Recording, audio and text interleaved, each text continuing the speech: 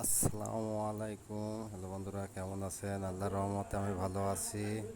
দেখেন, এটা হচ্ছে সোনালী আঁশ পাট।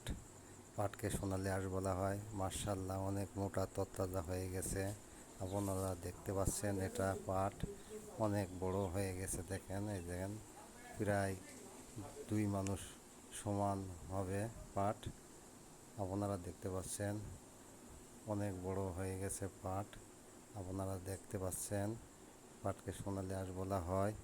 এই পাট বিদেশেও রপ্তানি করে থাকে।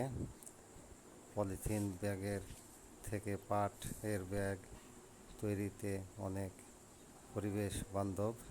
তাই আমরা সবাই পাটের ব্যাগ তৈরি করে সব ব্যবহার করব। তাই পাটকে আমরা সোনালী আঁশ বলি।